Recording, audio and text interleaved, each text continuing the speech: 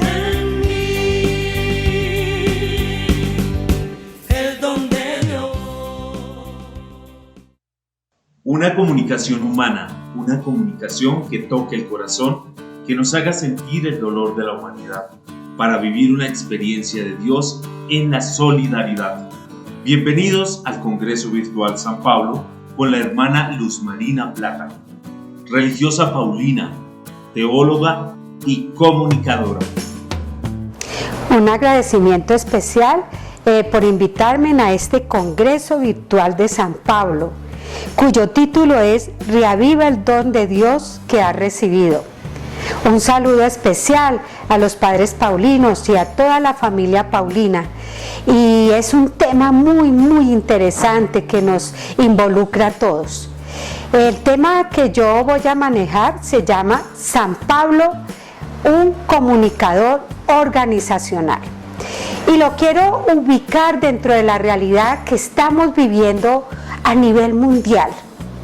Una realidad que nos ha afectado a todos, donde el dolor, la enfermedad, la muerte, sumada con la crisis económica y social que estamos viviendo, pero que a la vez nos une como pueblo, como culturas, a nivel internacional, como ya lo he dicho.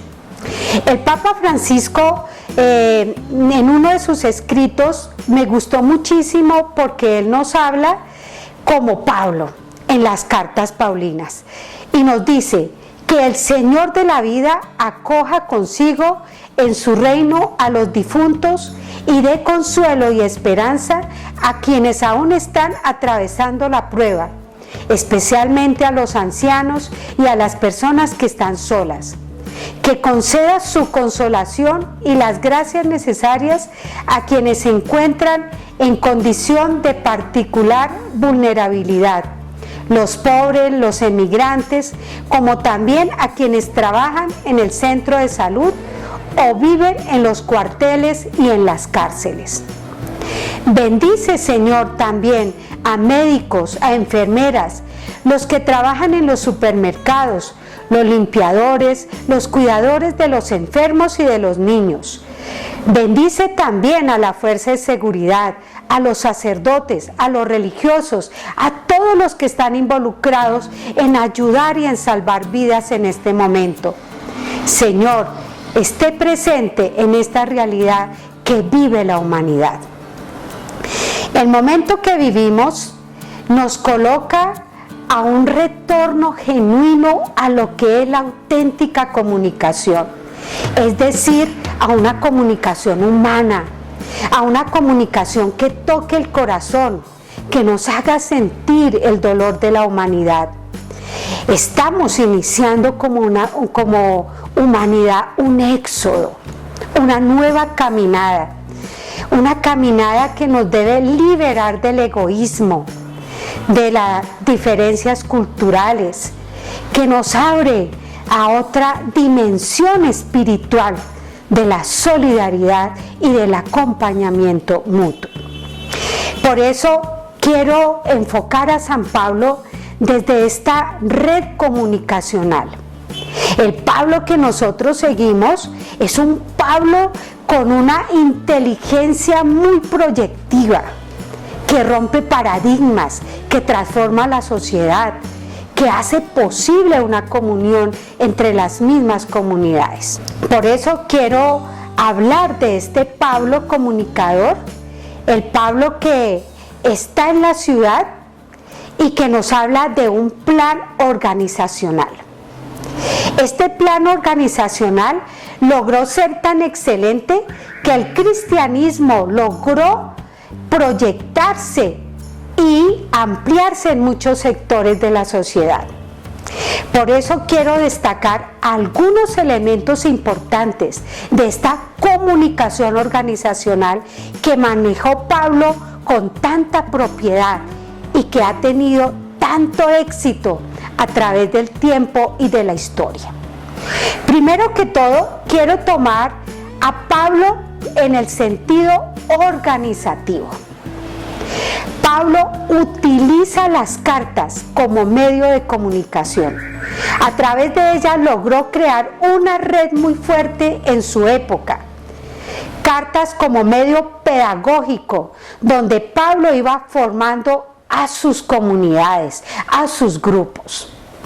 En todas las cartas se destacan las diversas personas y colaboradores que tuvo Pablo, sin los cuales no hubiera podido desarrollar su proyecto. Ha sido un trabajo bien articulado y eficaz de propaganda donde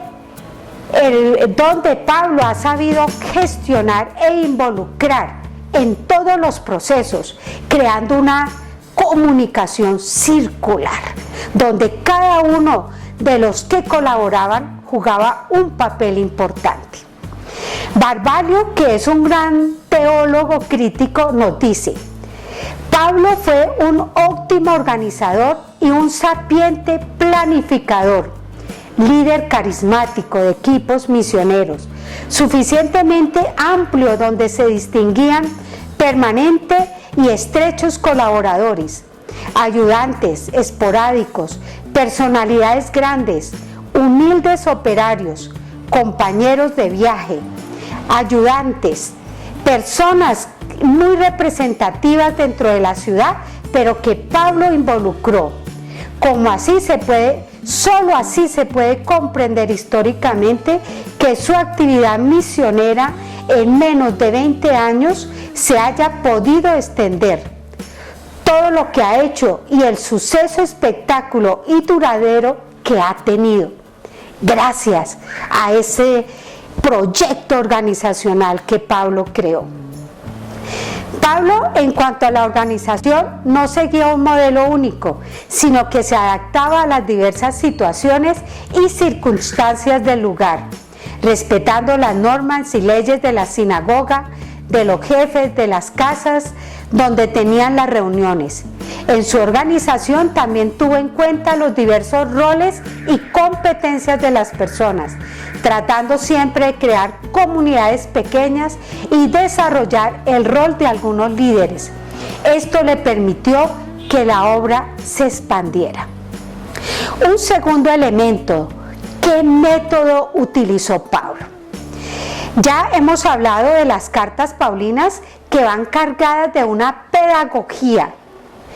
Su evangelización se realizó en las grandes ciudades o metrópolis. Envía mensajeros o va él personalmente. El seguimiento personalizado es uno de los éxitos que tiene Pablo. La gente quiere encontrarse con su líder, quiere dialogar, quiere compartir sentimientos y experiencias, quiere hablar de sus problemáticas. Esto hace que este proyecto se inculturice para poder hacer asequible el Evangelio. Pero la comunicación que realiza Pablo no solo es verbal. El Evangelio que proclama no solo es la información de la muerte y resurrección de Cristo, sino que ante todo es la vida. Pablo habla de su experiencia, de su encuentro transformador con Jesús, que es lo que lo lleva, lo lanza, ¿sí? El que lo hace ser intrépido. Entonces hablamos de un Pablo que comparte desde la experiencia de vida, convirtiéndose en un testimonio para su comunidad. Su objetivo evangelizador es llegar a la unidad y cohesión eclesial. Las diversas comunidades que funda deben tener muy claro que la centralidad es Cristo. En los escritos también se revela una pedagogía dialógica, como ya lo he dicho antes.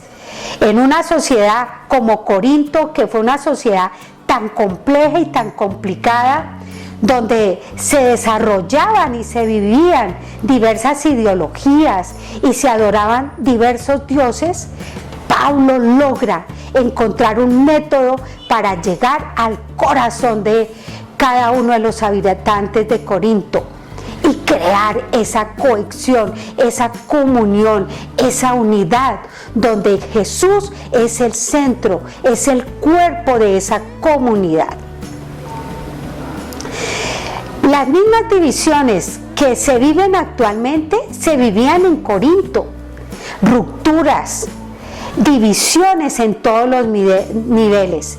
Y Pablo debe modificar allí su modelo para poder entablar esos diálogos, esas articulaciones entre las diversas comunidades y diversos grupos que se desarrollaban allí. Un tercer elemento es el sentido de la casa como visión organizacional. Históricamente la casa tenía un simbolismo como cédula donde se desarrolla la familia. Las conversiones en el Nuevo Testamento se desarrollan dentro de una casa, pero también utiliza la casa como un lugar de predicación o donde se realizaba la cena del Señor. En el contexto judío y griego, la casa tiene connotaciones de familiaridad, fraternidad, son hospederías, lugares de acogida, donde todos son partícipes de su construcción por medio de la acción del Espíritu.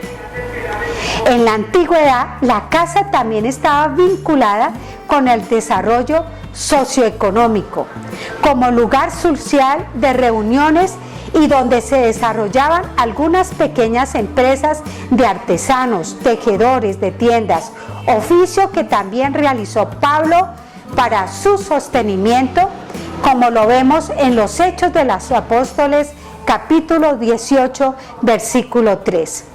En este núcleo organizativo, familiar y social se va desarrollando la primitiva comunidad cristiana.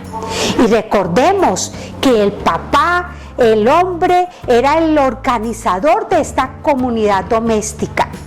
Alrededor de él estaba su esposa, sus hijos, estaban todos los que trabajaban dentro de aquella gran casa, los esclavos, los libertos, todos los núcleos sociales tenían lugar en esta gran casa. Y es allí donde Pablo se apropia de ellas, también para poder ejercer el ministerio de la evangelización. Otro elemento que podemos distinguir es un modelo de organización paulina. Pablo toma este modelo patriarcal ya existente en la primitiva comunidad, utilizando las casas como lugar donde se desarrolla la organización apostólica o germen donde nace la comunidad. Dentro de este contexto, Pablo presenta su ministerio o predicación, como se dice en griego, oikonomía, como tarea de gobierno y administración de la casa. Esto lo vemos en 1 Corintios 1:17. Como tarea de gobierno y administración, Pablo descubre que somos servidores y administradores de los misterios de Dios. ¿Sí? Somos administradores, siervos inútiles que ejercemos una misión. Y esto lo habla en 1 Corintios 4:1, donde él va desarrollando estos diversos ministerios. La casa siempre estaba coordinada por un jefe o cabeza de familia, estrategia que Pablo utiliza cuando involucra a estos jefes, a estas cabezas dentro del proceso. Y ellos después se convierten y colocan su casa al servicio de la evangelización, convirtiéndolas en lugares privilegiados, lugares comunicacionales, donde se desarrolla la palabra de Dios, donde se comunica, donde se vive y donde se transmite a otros. En el ámbito de la casa también se realizan las conversiones, como Filemón, convirtiéndose a la vez su casa en un lugar de hospitalidad, donde los apóstoles y los cristianos se reunían. En este ambiente de solidaridad, de amistad y apoyo mutuo, se va desarrollando la primitiva comunidad cristiana, Esto lleva a crear una estructura, o mejor decir, algo más funcional, pero siempre en vista para el servicio, para los demás. Hay otros elementos que queremos mirar dentro de esa gran estructura, como es funciones directivas, dones y carismas. En la medida que en las casas se iba convirtiendo en comunidades domésticas, el jefe o cabeza de familia se constituía en líder. Esta deducción se saca de las mismas cartas. Por ejemplo, en Romanos 16, Priscila y Aquila; en Romanos 16:3, Estéfano, el primer convertido, designada la función de liderazgo de la comunidad en 1 Corintios 16.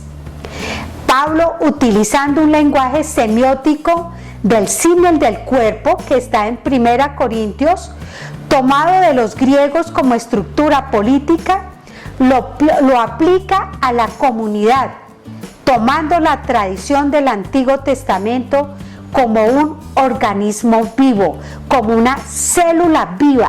La estructura es una célula viva conformada por personas. Y Pablo en esto es muy importante, las personas a las cuales va dirigido el mensaje. En Romanos vemos la funcionalidad de la casa. Recuerda las actitudes que se deben tener frente a los servicios especiales. En términos metafóricos, aparece también con claridad en el Evangelio de Lucas. En las parábolas habla de los apóstoles como administradores y servidores. Entonces la comunicación organizacional nos sirve para ser administradores, pero un tipo de administración siempre en vista a un servicio de la construcción del reino. Hay otros elementos que quiero destacar muy rápidamente, como los colaboradores directos de Pablo, los cuales juegan el papel muy importante dentro de la comunicación organizacional. Sin ellos, su liderazgo no se hubiera podido desarrollar, ni el proyecto evangelizador. Por tanto, la actitud de Pablo con su equipo es de profundo respeto, admiración, apoyo, reconociendo sus valores y formándolos en la libertad de actuar y de llevar adelante la comunidad. Esto lo vemos en 1 Corintios 11. El mundo relacional donde se movió Pablo fue muy grande. Se puede decir que el éxito de la extensión y desarrollo en su proyecto y de fundador de comunidades se debe al trabajo articulado en equipo con sus colaboradores más cercanos, como también el desarrollo de las comunidades. Y voy concluyendo. Esto daría para mucho más, pero el tiempo es el que nos ancla un poquito en este apasionado recorrido de Pablo como comunicador organizacional. Entonces voy finalizando diciendo que el Pablo que nosotros seguimos es un Pablo que ha logrado romper barreras de raza, lengua, condición social. El campo es inmenso. Pablo, apasionado por el Evangelio y por comunicarlo, se hace todo para todos, con tal de que Cristo sea conocido. Llega a los grandes aerópagos, a las grandes ciudades, a las salas públicas, a los locales privados. En todas las formas, Pablo da testimonio a los judíos de Jesús. Sus palabras penetran los corazones y en algunos causa discordia, persecución, es acusado, porque la palabra, cuando realmente es verdadera, causa inconformidad frente a aquellos que no viven en la luz. Pero también hoy Pablo, frente al coronavirus, sigue visitando nuestras casas, acogiendo a las familias en su dolor, dándonos esperanza, invitándonos a romper el círculo de la indiferencia. creando y humanizando las relaciones, el afecto, dejando un mensaje bien importante que sana y restaura la familia como es el amor. Y aquí quiero coger la última parte del bello himno de Pablo a los Corintios en el capítulo 13. Solo el amor puede reconstruir el tejido humano de las personas. El amor es paciente, es bondadoso, no tiene envidia, no es orgulloso ni se jacta, no es grosero ni egoísta, no se irrita ni lleva en cuenta el mal, no se alegra con la injusticia, sino que encuentra su alegría en la verdad. Todo lo excusa, todo lo cree, todo lo espera, todo lo aguanta. El amor no pasa nunca. Agradezco nuevamente a los padres paulinos por haberme invitado y que San Pablo interceda por nosotros, por la familia paulina, por este momento de pandemia tan difícil que estamos viviendo. Mil gracias.